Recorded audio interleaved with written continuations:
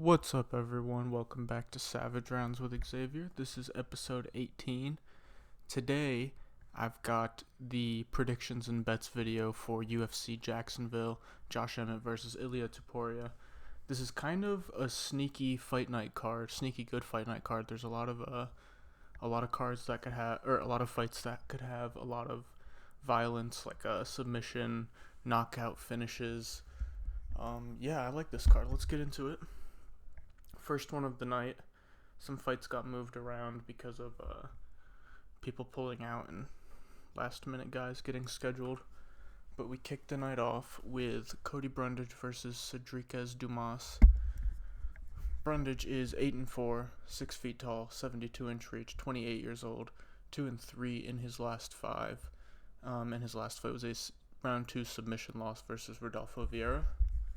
Cedriquez Dumas, 7-1, 6'2", 79-inch reach, 27 years old, 4-1 in his last 5, with a win on Contender Series, and he is 0-1 in the UFC, losing that first fight in the UFC by round 2 submission versus Josh Fremd in March of this year. So both guys fighting quite recently. This is one of those fights where I feel like we're going to get a finish here. I really don't see this fight going to the judges. Both guys tend to have a lot of finishes and are both pretty violent. Dumas, he's going to come out. He's really long, moves around a lot, throws good kicks. He's got power in his hands, and a lot of people had high hopes for him in that first fight versus Josh Fremd. I did as well. I really liked what I saw off tape. Although his striking is a little odd and can be sloppy at times, he's got a lot of power and he's really explosive. Throws good kicks, got a good submission game, although his wrestling isn't the best. And then on the Brundage side, he's going to come out and throw bombs on the feet, big overhands. He's got good wrestling and a good submission game of himself, of his own. He was in that fight against Vieira last time, and he had a pretty good first round. He hurt Vieira. I'm pretty sure he dropped him. Hurt him more than once, I'm pretty sure. And then they go into the second round, and they get into a position where Brundage kind of has him in a standing guillotine position. He jumps the guillotine, which I don't know why against Rodolfo Vieira you're going to jump a guillotine. So that was a bit of a questionable fight IQ moment.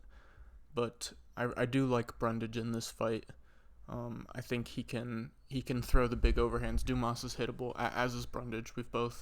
We've seen both of these guys get hurt in their UFC career, even in only one fight for Dumas. But I think Brundage can go in, throw big overhands, be aggressive, move forward, mix in the wrestling as well. And we saw against Josh Fremd, who isn't quite as good a wrestler as Cody Brundage, I don't think, was able to take Dumas down pretty easily. And that was after hurting him on the feet. But even without hurting him on the feet, I think Brundage, just mixing in the takedowns, can do pretty well here. So I like Brundage. The under 1.5 is -160.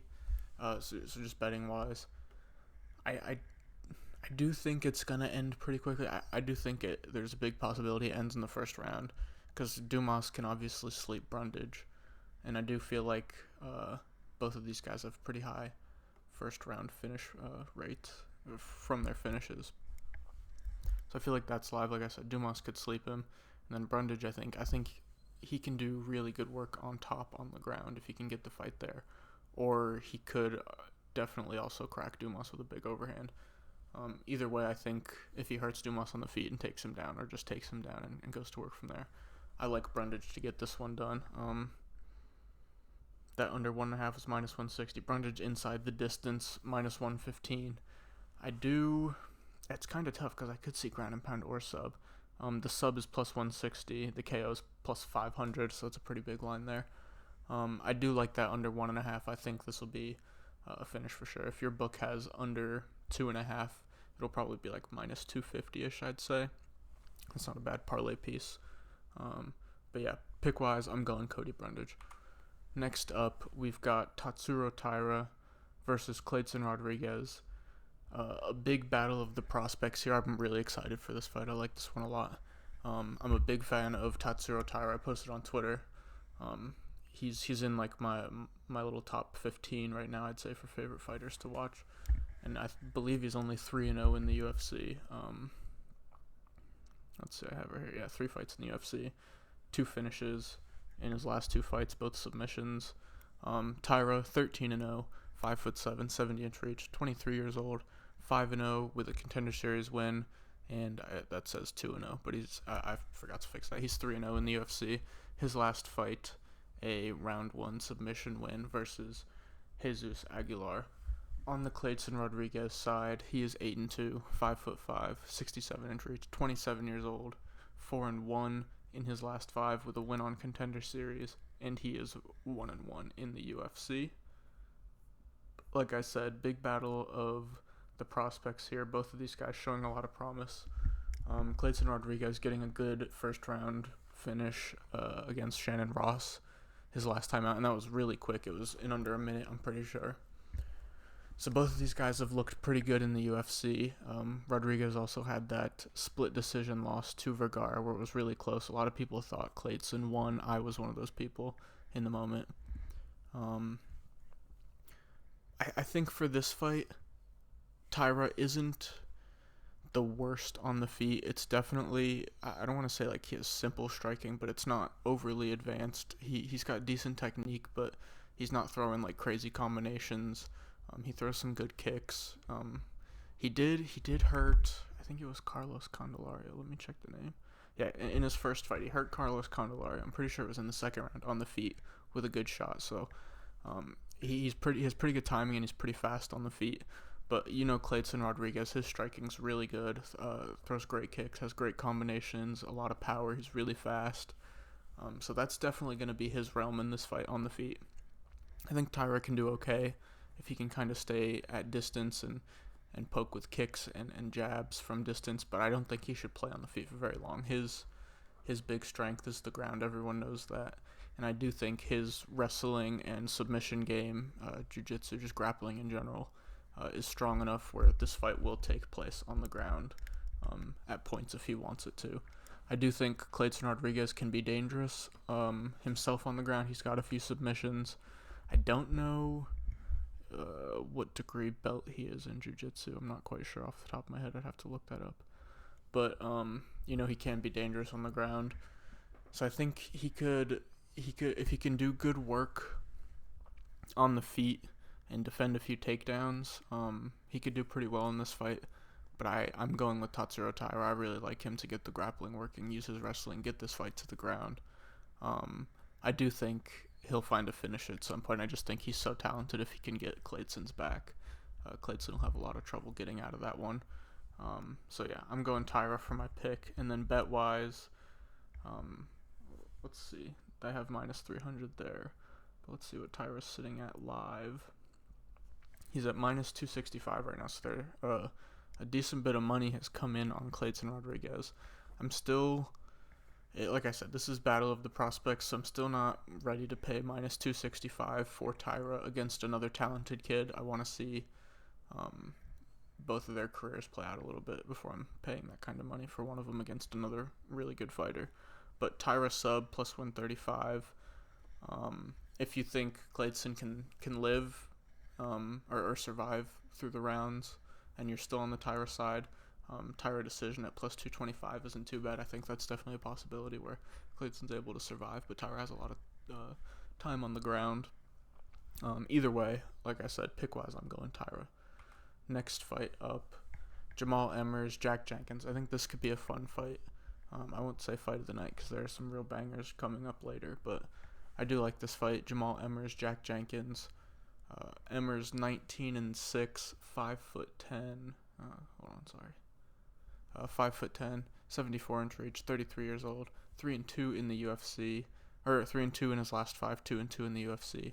His last fight, unanimous decision win versus Hussein Ashkabov in February of this year. On the Jenkins side, 11-2, 5'7", 68-inch reach, 29 years old, 5-0 in his last 5, with a win on Contender Series, and he's 1-0 in the UFC. His last fight being that one in the UFC was a unanimous decision win versus Don Shainis, and that was a pretty back and forth fight. This is definitely with Don Shainis for Jack Jenkins, so this is definitely a step up in competition here for him. And Jamal Emmers has looked pretty good in his past few fights. I think he's on. Oh no, I thought he was on a 2-fight winning streak. He's not on a 2-fight winning streak, but he beats Hussein Ashkabov in his last fight, and the fight before that he had Pat Sabatini. He hurt Sabatini and followed him down to the ground and ended up getting heel hooked. So that was unfortunate. Like I said, 2-2 in the UFC. His only losses are to pretty high level competition. Giga Chikadze, Pat Sabatini. He beats guys he should in Vince Cachero and Hussein Ashkabov. I'm actually pretty sure I did have Ashkabov going into that fight after watching tape. He looked good, but the level of his opponents, it wasn't there in the back of my head, but I don't know. I bet on him looking good versus not great opponents. In this fight, I'm on the side of Jamal Emmers. I think both of these guys can do some good striking here. Both of them have pretty solid wrestling too. I think Jenkins will probably be a bit more of like the technical boxer, and he can throw big, heavy leg kicks. We've all seen the clip of him getting leg kicked and then throwing a nice combination and firing back. He throws really tight boxing combinations, a lot of power in his hands. They thud when he lands. And then Jamal Emmers, he'll have the reach here. He's a little bit taller too. So I like him to kind of pump his jab out, stay at range. I like the, volume out of Emmers a bit more in this fight. He throws kicks as well, not nearly as nice a leg kick as Jack Jenkins, but he can mix them in as well. And then, like I said, they're both pretty solid wrestlers. I'll give the edge here to Emmers. I think he can defend takedowns when Jack Jenkins mix him in. We saw him do it on Contender Series. He mixed him in really well, was doing some really nice ground and pound, sliced his opponent open en route to a decision to get that win. Was it a decision? I can't remember. He might have stopped him, but regardless, he got the win on Contender Series, mixing in the wrestling. But I do favor Jamal Emmers wrestling a little bit more, and he's going to be the bigger opponent here. I believe he has 100% takedown defense so far in the UFC, and that's a guy against a guy against a guy like Ashkabov who was spamming takedowns at him during the course of the fight, even though his gas tank didn't hold up very well, but he was throwing a lot at him, and against a guy like Pat Sabatini, who he hurt and then followed him to the ground, so that's how it got to the ground. But good takedown defense out of him, and then, like I said, he's the bigger guy. I think he can use his offensive wrestling a little bit as well, mix it in, and I just like Jamal Emmers in this fight overall. There's definitely a world where Jack Jenkins can get inside of the range of Emmers and throw really good body shots and land big shots to the head, and win the fight that way. But I like the range and the size of Emmers to strike and use his clinch up against the fence and grapple. Like I said, size and range will be the winner here in my opinion. Either way, I won't say either way, because I definitely, like I said before, there's a world where Jack Jenkins gets inside and does good work to the body, can land good shots to the head, throws a mean leg kick, and I think he could hurt Emmers and put him out. We've seen Emmers, he's lost by knockout before on Contender Series to Erosa and before in his amateur career, and Jack Jenkins does have that kind of power, so that there is that world where that happens. But overall, if what I think is going to happen, which is, like I said, Emmers using that range, using his size, I think the over is pretty solid, over 2.5, minus 185. This isn't a fight I don't think I'm personally going to bet on, but I always just, for these videos, I just write down the bets I'm considering for each fight. Like I said, this probably isn't a fight I'll bet on, but if I was, the over 2.5 at minus 185 is the only one I have written down. It's a little bit better than Emmers, and like I said, I won't probably play it. I'm not too confident on Emmers, but I do like him to get the win here. Moving on, Trevor Peek versus Chepe Mariscal. Peek is 8-0, 5'9", 70-inch reach, 28 years old, 5-0 in his last 5. Obviously, he's undefeated with a win on Contender Series and a win in the UFC. And that was his last fight. A round 1 KO TKO victory versus Eric Gonzalez in February of this year. On the Mariscal side, he's 13-6, 5'6", 69.5-inch reach, 30 years old, 3-2 in his last 5. This is his UFC debut, and his last fight was a round 2 KO TKO victory versus Guilherme Faria, also in February of this year, just about a week before Trevor Peek fought. This is one of those that could be fight of the night, but it could also end pretty quick here. Mariscal stepping in on, I want to say it was about 10 days notice, I saw, moving up a weight class. For him to win here, obviously he's a decent striker himself. He's got good hands, a bit of power, but I think he'll have to mix in the wrestling here. We've seen Trevor Peek, he's able to be taken down. His Contender Series fight, he was losing pretty early, but rallied back to get the finish in the second round, I do believe. Hold up, let me see, I have it right here. Yeah, in the second round. So Malik Lewis was doing well in the first round, using his takedowns, hurting Trevor Peek. And then, like I said, he rallied back in the second round and got the finish. But that'll be the road here for Mariscal, I think. The only problem, like I said, he's moving up a weight class. He's going to be the smaller guy here. And Peek hasn't been the easiest to hold down. Oh, like I said, I didn't say it, but I meant to say Eric Gonzalez also was able to work the grappling a little bit early in the first round before Peek got him out of there. A second before the first round was over. But the other side of that is Peek has shown he's able to withstand being on the ground and get back up, even against a talented guy like Eric Gonzalez or Malik Lewis. I think with his size, if he does get taken down, he'll be able to get back up. And then on the feet, both of these guys are pretty hittable. We've seen Mariscal get finished 3 times on the feet before getting knocked out. I really do think Peek will stuff takedowns. If he does get taken down, get back up, and be able to find big shots. We all saw the crazy standing hammer fist he landed to put Eric Gonzalez out. I do think he'll be able to hurt Mariscal, the fighter coming up a weight class, smaller guy. Been knocked out before, so against a bigger dude. I really think Trevor Peek finds this one. Bet-wise, the under 1.5 isn't looking too bad. Even if you're on, I haven't seen too many people on the Mariscal side, but if you are, Trevor Peek is a guy that he goes all out from minute 1, so you know he's going to be tired really quick. We've seen it in both his Contender Series fight and his UFC fight so far.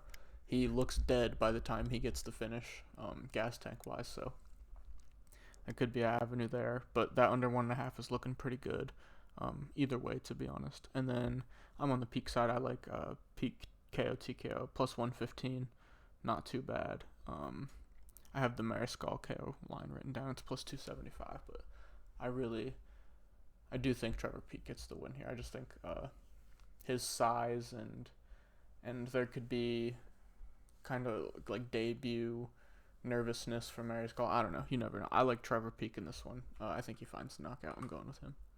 Next up, Zhalgas Zhumagulov versus Joshua Van. Can Zhumagulov finally get into the octagon? He was supposed to fight Nate Maness. That got changed to Rafael Estevam. Estevam couldn't make it either. They moved that fight. Felipe Bunas next up. He couldn't make it either. That was last weekend, so we get moved here. Next guy up, Joshua Van, like I said. I'll read out the Zhumagulov stats one more time, like I haven't done it a bunch recently, but 14-8, 5'4", 66.5-inch reach, 34 years old, 1-4 in his last 5, with some questionable decisions mixed in there, including this last fight of his split decision loss versus Charles Johnson in November of last year. Joshua Van, 7-1, 5'5". I didn't see any reach stats for him. He's 21 years old, 5-0 in his last 5. His last fight, this is also his UFC debut, I didn't say that.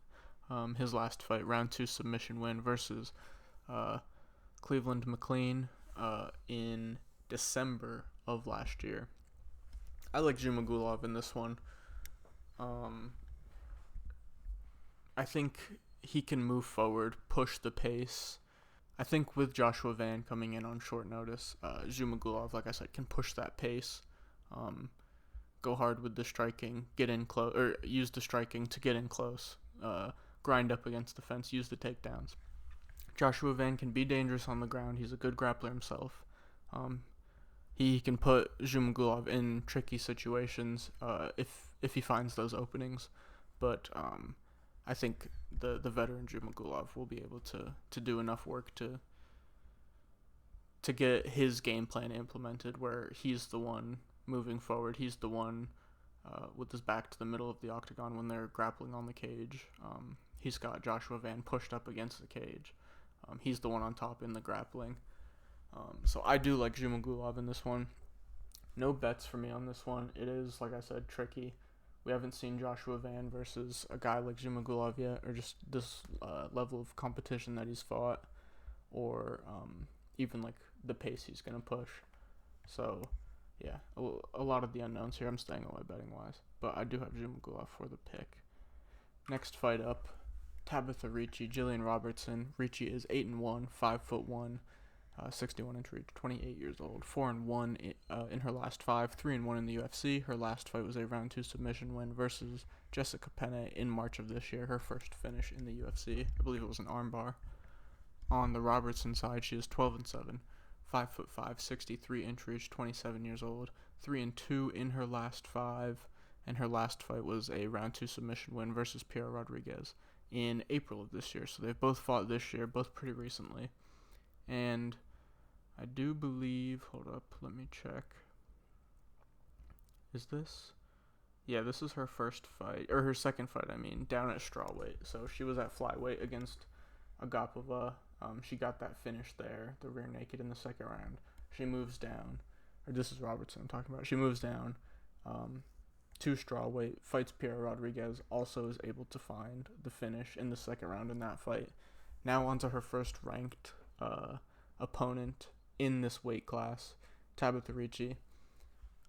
They're both, I won't say like they grapple similarly or they even strike similarly, but just in the manner of they fight, they're both primary grapplers, good jiu-jitsu, most of the time better wrestlers than their opponent. And I think in this one, Jillian Robertson coming down a weight class, she's going to be the bigger girl here, and being a great grappler herself, I think she'll end up having the advantage in that area because of her size. I think she'll be able to stuff takedowns from Ricci, kind of jab and kick at range when it's on the feet, and use her own size to bully Ricci up against the cage, push for takedowns of her own, and on the ground, not saying Ricci's not dangerous because she is a black belt, she's got great jiu-jitsu herself, but just in the UFC so far, Jillian Robertson feels like the more dangerous opponent on the ground to me. I feel like she's more likely to get the finish out of the two of them. Jillian Robertson has great ground and pound, dangerous submissions. We've seen it her last 2 fights. Her last 3 wins are submissions.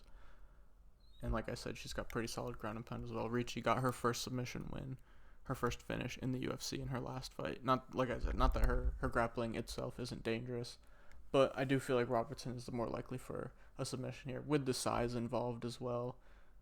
Not too much of a reach advantage, but she has a 4-inch height advantage, 2-inch reach advantage. But I just think that size alone will be a pretty big factor in this fight. I like Jillian Robertson in this one. I'm going with her. Betting-wise, Jillian Robertson, she is an underdog currently, plus 110 when I made this graphic, but I believe she's moved a bit now. No, still plus 110. So I like her as an underdog shot. Like I said, I feel like that size will be a pretty good factor. And then Robertson sub sitting at plus 400, not a bad one as well. I do feel like the decision is a bit more likely because of Ricci, great jiu-jitsu herself, so she'll be pretty aware of what Robertson's trying to do on the ground. I still do think that submission possibility is there for either of them, but I do favor it to Robertson. Next up, lightweights. Hard name. Matus Rebecki versus Loic Radzhabov. Rebecki is 17-1, 5'7", 66-inch reach, 30 years old. He's 5-0 in his last 5 with a win on Contender Series, and he's 1-0 in the UFC. That win being his last fight, unanimous decision win versus Nick Fiore in January of this year. Loic Radzhabov on the other side, 17, 4-1, 5'11", 69-inch reach, 32 years old, 4-1 in his last five. In those 5 fights, 2-1 in the PFL and 1-0 in the UFC. His last fight being a unanimous decision victory over the also debuting Esteban Ribovics in March of this year. So another fight where both guys fighting this year. Loic a bit more recently than Rebecki. In this fight, both guys, it's another one where both are kind of similar fighters. I do believe Rebecki is a little bit more well-rounded, though I like the striking out of him a bit more. And I think Radzhabov probably pushes the pace on the takedowns a bit more. But both have good grappling, both have pretty solid striking. But like I said, I do like the striking out of Rebecki a bit more, which in turn makes me favor him in the fight overall. I do think this will kind of be a fight where they both do attempt to go for takedowns to implement their grappling, but they're both good grapplers. So it'll kind of get stalled out and they'll end up in clinch positions, or one of them will get a takedown, but the other one will pop back up immediately. I feel like it'll be that type of grappling type fight. And then it'll get to the feet, and I feel like neither of them have great cardio, but Radzhabov, for me, swings a little bit more wild and a little bit harder. So I feel like his gas tank will be a little bit more volatile than Rebecki's, especially not being able to mix in the grappling for Radzhabov. If it goes how I think, with both of them kind of canceling out in the grappling and getting stalled on the cage or just getting back up. So I do, like I said, favor Rebecki in the stand-up part of this fight. So I do like him. Betting-wise, I don't mind the money line. This is quite a close fight, so I will probably stay away. I've seen some people take that money line. It's not too bad. I think the over, let me see what the over is. I didn't write that down, but I can have it open right here real quick. It is over 2.5 minus 185. I don't think that's too bad either. If anybody's to get the finish, I feel like it's more likely to be Rebecki with the striking, but both are tough, durable guys. So I do feel like this goes over. So the over at minus 185 isn't a bad shout either. Not too bad for parlays, or if you're pretty confident on that over, you could just play that yourself. I'm with Rebecki here though for my pick. Next up, welterweights: Randy Brown, Wellington Turman. Brown is 16-5, 6'3", 78-inch reach, 32 years old, 4-1 in his last five. His last fight was a round 1 submission loss versus JDM, Jack Della Maddalena, in February of this year. Turman, on the other hand, 18-6, 6 feet tall, 72-inch reach, 26 years old, 2-3 in his last five. His last fight being a unanimous decision loss versus Andre Petroski. For Wellington Turman, let me double check, but I do believe this is his first fight down in welterweight. He was typically at middleweight before this, and after getting out-grappled by Andre Petroski, he's deciding to move down to welterweight, and he still ends up being the smaller guy, obviously not weight-wise, but height-wise in this fight. And I like Randy Brown in this one. I think over the course of 3 rounds, we've seen Wellington Turman kind of wilt and down a weight class. I don't know how that weight cut will affect his cardio, and up at 185 again, like we've seen him kind of wilt. We've seen his chin crack before, him get hurt. So again, there's another question there with that weight cut. How's that going to affect his chin? I think he can find success holding Randy Brown up against the cage, and if he can get good solid positions on top, maybe hold Randy Brown down. But I do think we'll see Randy Brown defend a few takedowns, and when they're on the feet, punish Wellington Turman. He's just so much better in the striking. Turman's got power, but just in the technique and the way they move and the way they find the target, Randy Brown's much better. He uses his length so well. He's got a really good kick, a nice front kick, and like I said, it's just the rangy weapons are really good from him. He's got sneaky power because he's so quick, and I do think he'll put Wellington Turman out in this one. Betting wise, the under 2.5 could be in play here if you're on the Randy Brown side. I think maybe there's a possibility Wellington, with his grappling, could find a submission on Randy Brown, but I personally don't see it happening. So maybe if you think that for Wellington Turman, you're a little more confident in the under 2.5, but I feel Randy Brown can get that finish, so I like the under 2.5 at -140.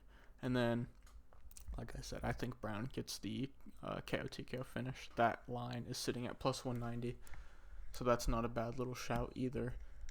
But overall, just my pick is going to be Randy Brown. Moving on up, next fight, another welterweight, Neil Magny versus Phil Rowe. Magny is 27-11, 6'3", 80-inch reach, 35 years old, 3-2 in his last 5. His last fight being a round 1 submission loss versus Gilbert Burns in January of this year. Phil Rowe, 10-3, 6'3", 80.5-inch reach, 32 years old, 4-1 in his last 5. His last fight being a round 3 KO TKO win versus Nico Price in December of last year. And in that fight versus Nico Price, it felt like there was a pretty good shot. If it went to decision, he was going to lose. He was getting outlanded heavily. I think Nico Price hurt him a few times. But then in that third round, when he did finish him, they got up at one point, and Nico Price had nothing left in the gas tank, and Phil Rowe was able to land some big shots and put him out, get him out of the octagon. I do think this fight favors Neil Magny a little bit because the veteran prowess Neil Magny has and the way in which he fights. Phil Rowe is a guy who, like I said, he can land pretty heavy shots, and he's a great jiu-jitsu player himself. He's got a black belt. But I feel like Neil Magny can cause Phil Rowe trouble moving forward and throwing a lot of volume, because I think that's where Phil Rowe fails, even though his striking is quite good. I just think he will be on the lower end volume-wise compared to Magny. And then Phil Rowe, his jiu-jitsu is great, but we've seen him get taken down before, and I think this is a fight where Magny himself can kind of mix it in that wrestling, and just over the course of 3 rounds do what we've seen Neil Magny do what feels like 100 times. Just be really steady and be safe, win in situations he's supposed to win in, and get the decision. I really like Neil Magny in this one. His money line sitting at -160 right now. Neil Magny decision at +115. Neither of those is looking bad. If you feel how I feel about Neil Magny in this fight. And then I think the over line, I didn't check. I don't know why I don't have that written down. Maybe it was quite high. I just don't remember off the top. The over 2.5 sitting at -170. So I feel like that's pretty good if you're on the Neil Magny side with me. Even if you're on the Phil Rowe side, Neil Magny's been pretty durable over the course of his career. Been finished a few times. But if you think Phil Rowe could finish him on the ground or find the knockout shot, then don't take that. But I feel like most people will like that. The over 2.5, not too bad at -170. Pick-wise, like I said, I'm going Neil Magny. Next up, middleweights. We've got Brendan Allen versus Bruno Silva here. This is going to be a fun fight. I like this one a lot. Brendan Allen, 21-5, 6'2", 75-inch reach, 27 years old, 4-1 in his last 5. His last fight being a round 3 submission win versus Andre Muniz in February of this year. Bruno Silva, 23-8, 6 feet tall, 74-inch reach, 33 years old, 3-2 in his last 5. His last fight being a round 1 KO TKO win versus Brad Tavares in April of this year. Another one. Both these guys fought this year. Bruno Silva a bit more recently. I like Brendan Allen in this one. I think obviously Bruno Silva has the crazy power and he can land the big shot and hurt Brendan Allen. We've seen Brendan Allen get hurt and finished before. We've also seen Bruno Silva get hurt and finished before pretty recently. He didn't get finished in the Alex Pereira fight, but Pereira was able to put it on him for 3 rounds, even though Bruno Silva landed some pretty good shots himself. But Alex Pereira landing huge shots, cracking Bruno Silva's chin, hurting him quite a bit. Then he gets dropped pretty bad by GM3 and submission finished. So I don't think, like, a lot of people are saying Bruno Silva's washed. I don't think he's a washed fighter. He went out, put on a great performance, finished Brad Tavares pretty quickly. but I do feel like his chin is now probably compromised. It's not going to be as sturdy as it was before that Pereira fight, getting hurt in 2 fights consecutively. And it's not like Brendan Allen's a big power puncher, but we've seen him hurt people on the feet before. I do think his striking is good enough to where he could hurt Bruno Silva on the feet. I think where he can shine, though, is if he mixes in his wrestling, uses those strikes at long range, kind of does what JM3 did, use his kicks really well, throw good kicks to the body, good kicks to the legs, like I said, stay at range so Bruno Silva can't land that big shot. Jump in, find your shots with the hands when you see the opportunities, and like I said, mix in that wrestling. I think that'll be a good way for Brendan Allen to find his victory here, and I do think that's what he'll do, how this fight will play out. I like him. There's a good shot for a submission on the ground too, especially I feel like if he can have Bruno Silva tired, if he's kicking to the body pretty well, throwing good shots to the body, maybe he can have Bruno Silva a little bit gassed and find a submission late, or if he does hurt Bruno Silva to the head, wobble him, rock him, drop him even, maybe find the submission there. But I'm not too sure finish-wise. I can't say I'm confident in a finish, but I do like Brendan Allen in general, whether it is finish or just working the wrestling and the long-range striking weapons to a decision. Either way, I do like him. The money line's minus 180. If you do like the finish, you can get inside the distance at plus 110. Or maybe it was minus 110. I have it written down wrong on my notes. The inside the distance minus 110, so not plus 110, minus 110.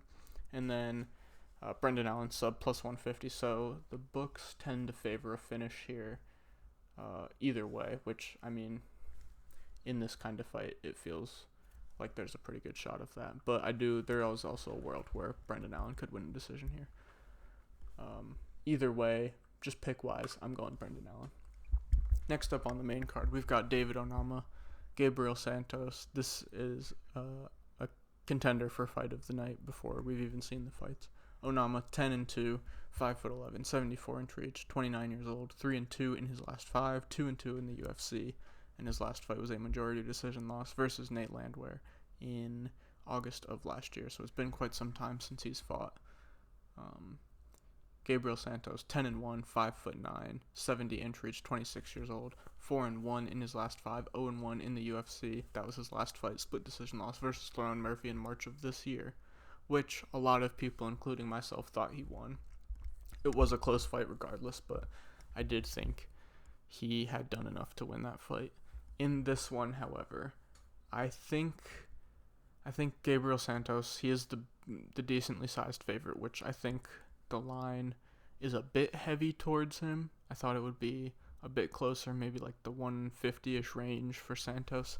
I do think he should be the favorite, but it is quite a big number.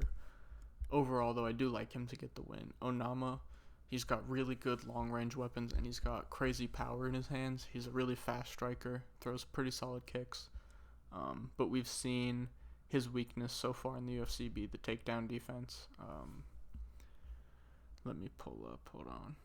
David Onama, pull up his Tapology real quick. Nate Landwehr, Mason Jones, both guys who were able to mix in the takedowns in their wins against Onama. Onama looks really good early, and he can have some issues gassing in the later rounds. Both fights he didn't get finishes in the UFC he loses in that go the distance. The Nate Landwehr one, he's hurting him quite a bit early.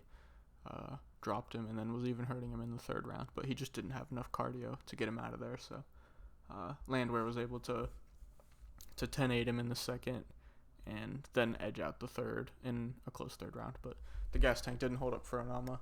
I like the gas tank a bit more out of Santos, and I think he's on the feet and he can mix in the takedowns. I just think overall he's the bit more steadier fighter. Onama's going to be wild, swinging the big hooks. I think Santos can be the steadier striker, throw in better combinations, finish combinations, mix in kicks, mix in his wrestling. He's got good jiu-jitsu, and I think he can just make this fight tough, push a pace on Onama, out-volume him on the feet, try and make him tired, but overall just win the fight with that volume, with his more well-roundedness, in my opinion.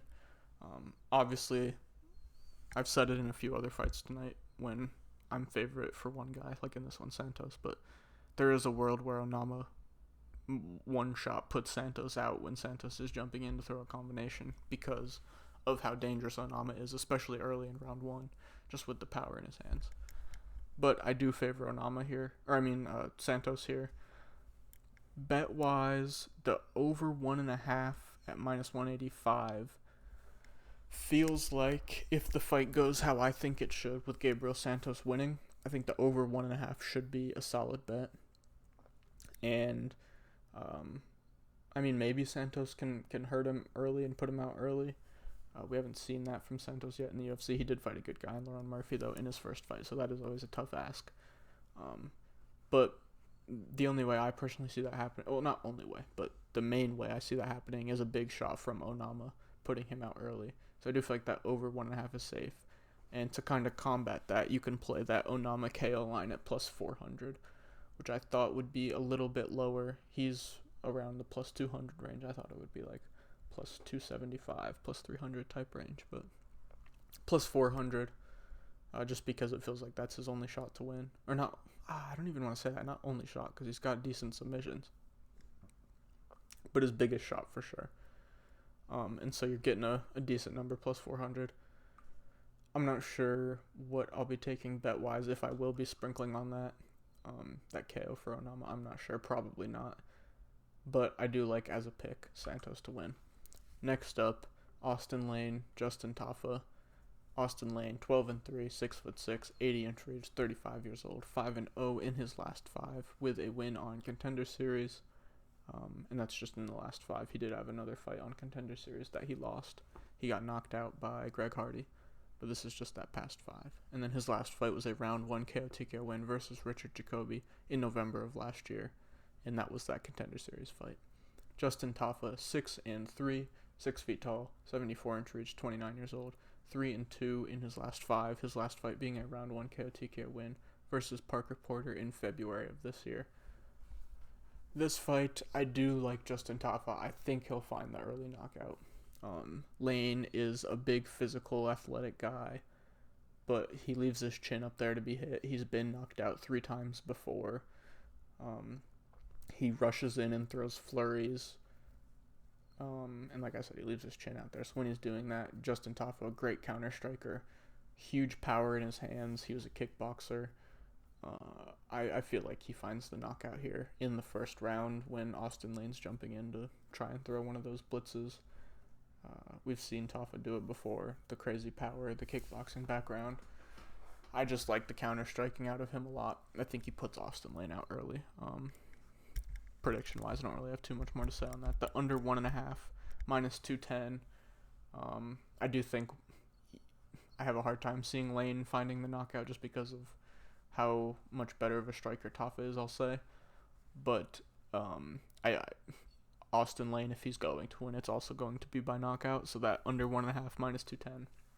It is a bit of a high number for heavyweights at this level. There is also a world where this is like an ugly 3-round slug fight and it goes late and they're tired. So that is quite a steep price for under 1.5, minus 210. I probably will not be playing that. The Tafa TKO, or the KO TKO line is minus 125.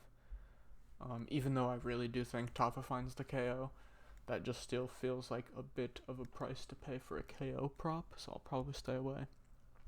Maybe the only one I end up sprinkling on or throwing in some Hail Mary parlay, just for fun, in the end would be Tafa round 1 KO TKO plus 140. That's the only one I'd consider, to be honest. Otherwise, betting-wise, I'm staying away from this fight. But my pick will be Justin Tafa. I like him to find the big KO. Next up, co-main event, Amanda Ribas, Macy Barber, both 11 ranked, but Macy Barber in this weight class. Amanda Ribas was the 11 rank in strawweight. This is her, I want to say, 3rd fight in this weight class. Let me see. It is... Yeah, this will be her 3rd one. She lost to Chukagian in her first fight up in flyweight, and it was a really close decision. She put on a good performance in that fight. Then last time out, like I said. Oh, I haven't said it yet, but beats Viviane Araújo in a good performance again up at flyweight. But Ribas 11-3, 5'3", 66-inch reach, 29 years old, 3-2 in her last 5. And like I said, that last fight was a unanimous decision win versus Viviane Araújo in March of this year. Maycee Barber on the other side, 12-2, 5'5", 65-inch reach, 24 years old, 4-1 in her last 5. And those 4 wins are all in a row now. She's on a good little win streak. Her last fight was a split decision win versus Andrea Lee also in March of this year. So they've both fought again this year, both in the same month. Maycee Barber a few weeks more recently. This fight, I like Amanda Ribas in this one. I think Maycee Barber's a pretty good fighter for this weight class, but I think she'll be lacking in the grappling department here against Ribas. There's a lot of fights where in this division where she can be the better grappler. We've seen it before, her use her takedowns and her control time in the clinch up against the fence. But this one I feel like she'll have a hard time with Amanda Ribas putting that game plan into play. For her, on the feet is where I think if she's going to have success she can. And maybe even using her size a little bit and kind of pushing up against the cage if she can get control time there maybe. But just pure grappling, I'd favor Ribas. But on the feet, Ribas is hittable. We've seen it before. She's been dropped before. She's been hurt. Maycee Barber's got pretty good power for the weight class and decent striking. So there is a world where she does hurt Ribas on the feet and get her out, or is just able to continue pushing on from that point and win the fight. But I like from Ribas on the feet. I think she will be more active. Throwing good kicks. She throws a pretty solid leg kick, and like I said, the volume, she'll be more active, be pushing forward, and then she can mix in the grappling of her own. Like I said, I favor the Ribas grappling in this situation. I think if Barber's trying to push her up against the fence, she can get out of those situations or reverse it. I think when Barber's shooting takedowns, she can defend them, and if Barber does get her to the ground, I believe her jiu-jitsu is far superior and she can be dangerous off her back, maybe find the sub or just use the dangerous jiu-jitsu to get out of bottom position. And then Amanda Ribas, if she gets on top, I feel like she can pose quite a few problems for Maycee Barber. Good ground and pound, like I said, good jiu-jitsu. So I'm going with Ribas in this one. No bets for me on this one.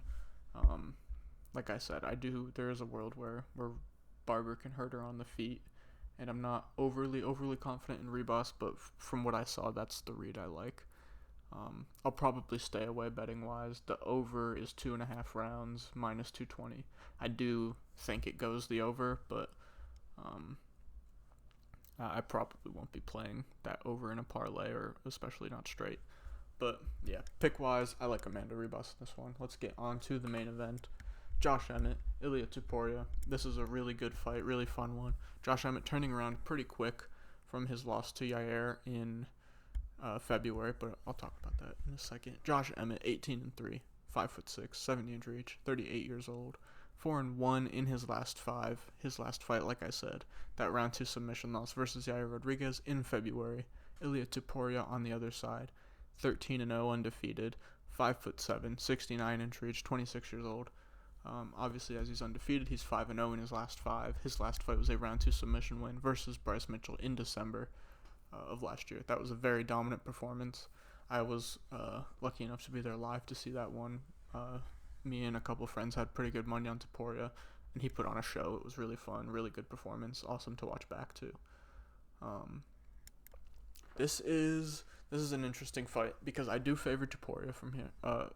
In this one, I like the output numbers. We haven't seen a fight for him where he's had to throw big output, and where that's been the way he's won a fight, is by outpointing somebody, outvoluming somebody. But I think the way that Josh Emmett fights, he's throwing not super long combinations when he is putting punches together. It's normally 1 to 2. Sometimes you see him go 3. I mean, he will put together a longer combination here and there, but the majority of his strikes seems to be the big overhand, the jab to an overhand, or him going like body, hook up top.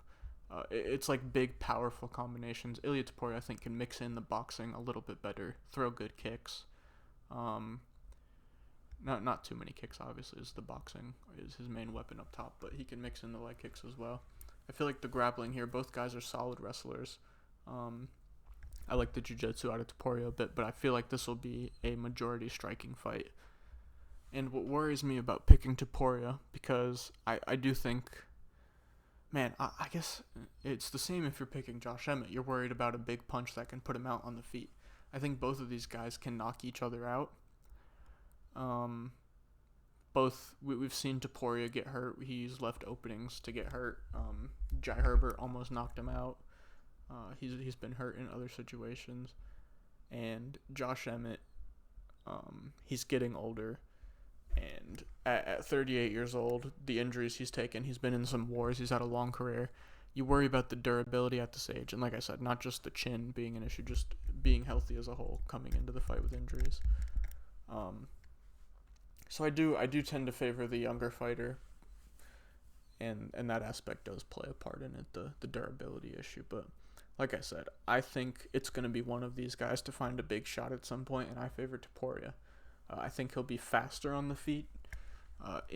In those times where Emmett's winding up to throw big shots, I think Topuria can land good shots of his own, counter-striking.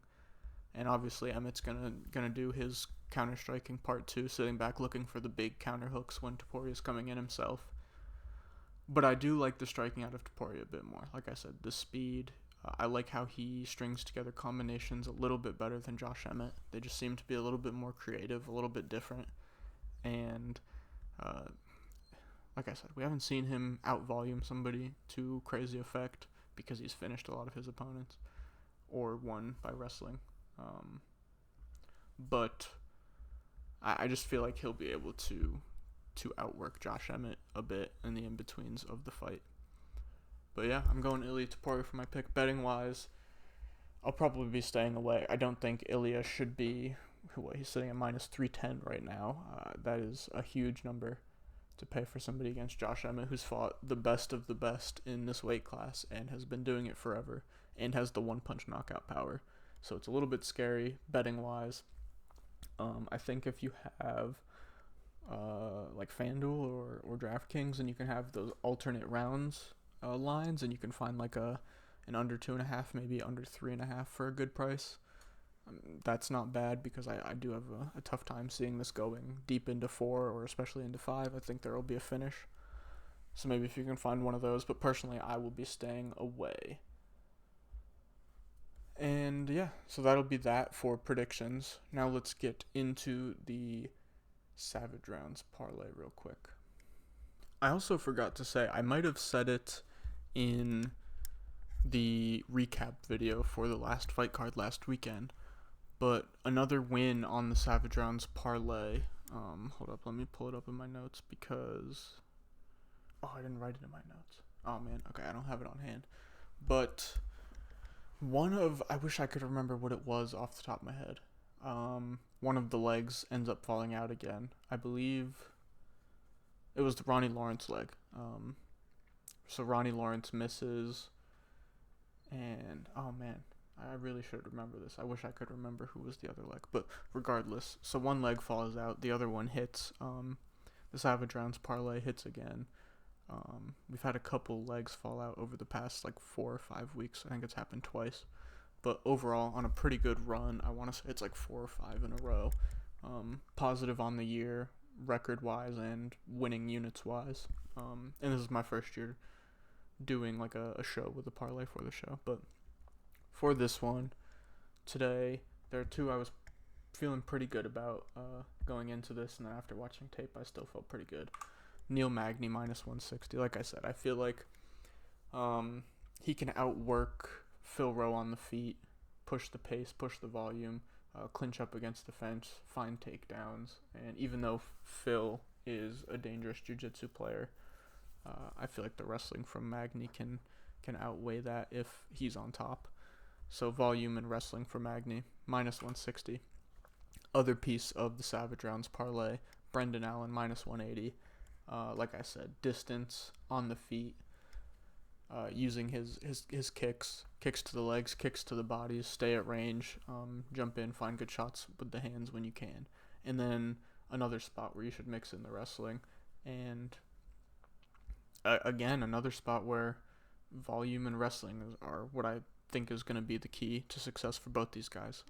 For Neil, I feel like it'll be more of a grind, pointing him on the feet, grinding him out in the wrestling to a decision. And Brendan Allen can look a little bit more dangerous than Neil Magny, finding bigger shots on the feet that could potentially hurt Bruno Silva, and a little bit more dangerous with the grappling, I'd say. Or not even a little bit, more dangerous with the grappling. On the ground as well for Allen, submission threat. And also I feel like he can do both of these things with decent cardio and grind out to a decision. So I like both of these guys. You put them in a parlay, plus 153. Let's try and keep the Savage Rounds parlay train going. We've had a nice run. I'll see you guys, I believe it's Monday for the recap video, Tuesday for another matchmaking video for this card, and then next week, again on Thursday, we'll have another review. Like and subscribe. Like the video, subscribe to the channel, please. And yeah, I'll see you guys next week. Peace out.